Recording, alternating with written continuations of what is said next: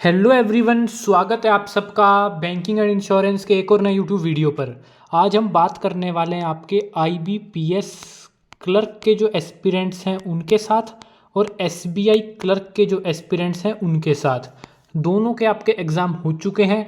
दोनों का जो आपका मेंस है वो आपका नवंबर में है, ठीक है। यानी कि एसबीआई क्लर्क का जो मेंस है वो 15 नवंबर के आसपास है। आईबीपीएस क्लर्क का मेंस 30 नवंबर के आसपास है। मानकर चलिए आपके पास 45 डेज बचे हुए हैं, ठीक है। अब समझिए, यहाँ पे दो कैटेगरी है। एक जो ये बोलता है मेरा प्रीलिम्स नहीं होगा, तो क्या मुझे अब सीधा आरआरबी के ऊपर टारगेट करना चाहिए, क्लर्क या पीओ के ऊपर, ठीक है। दूसरा ये है जो कहता है मेरा प्रीलिम्स क्लियर हो जाएगा, तो क्या मुझे सिर्फ मेंस पढ़ना चाहिए, ठीक है। अब आप एक चीज़ समझिए कि आने वाला समय बहुत ही ज़्यादा हार्श है। समझो, आपको मेंस जो है वो पढ़ना पड़ेगा ही। आपको ये सोचकर चलना पड़ेगा कि 100% आपका प्रीलिम्स क्लियर हो रहा है। वो खुद भी पता चल जाता है। अगर आपको 50-50 भी लग रहा है, लेकिन तब भी आपको दिल को ये बताना पड़ेगा जी भाई मेरा 100% प्रीलिम्स क्लियर हो रहा है और मेरे को मेंस को पूरा अच्छे से पढ़ना है। 1% अगर आपका प्रीलिम्स क्लियर हो गया तो आप मेंस दोगे, और मेंस में आपको हमेशा अपना 100% देना है। आप हमेशा देखना, बंदे प्रीलिम्स में अपना 100% देते हैं और मेंस में कभी भी कोई भी 100% नहीं दे पाता। और नौकरी जो मिलती है वो मेंस से ही मिलती है, प्रीलिम्स से नौकरी नहीं मिलती।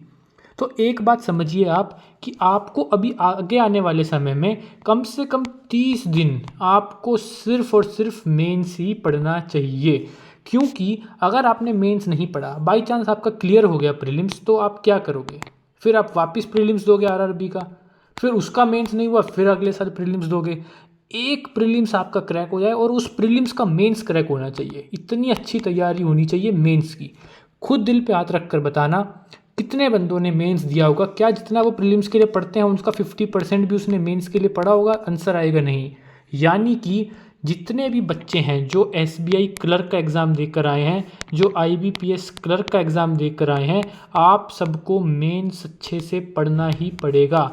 मेंस में भी क्या, जैसे आपका डाटा सफिशिएंसी हो गया, क्रिटिकल रीजनिंग हो गया, आपके डीआई को कैसे सॉल्व करना है, इंग्लिश को आपको रोज़ आपको रीड करना है अच्छे से, जीए जो करनी है अभी से करनी पड़ेगी, क्योंकि रिजल्ट के बाद आपको कोई भी टाइम नहीं मिलने वाला। फिर आप यही सोचोगे कि आरआरबी का प्रीलिम्स दे लेते हैं, और ऐसे ही आपकी साइकिल चलती रहेगी। और ये जो नेवर एंडिंग प्रोसेस है ये चलता ही रहेगा।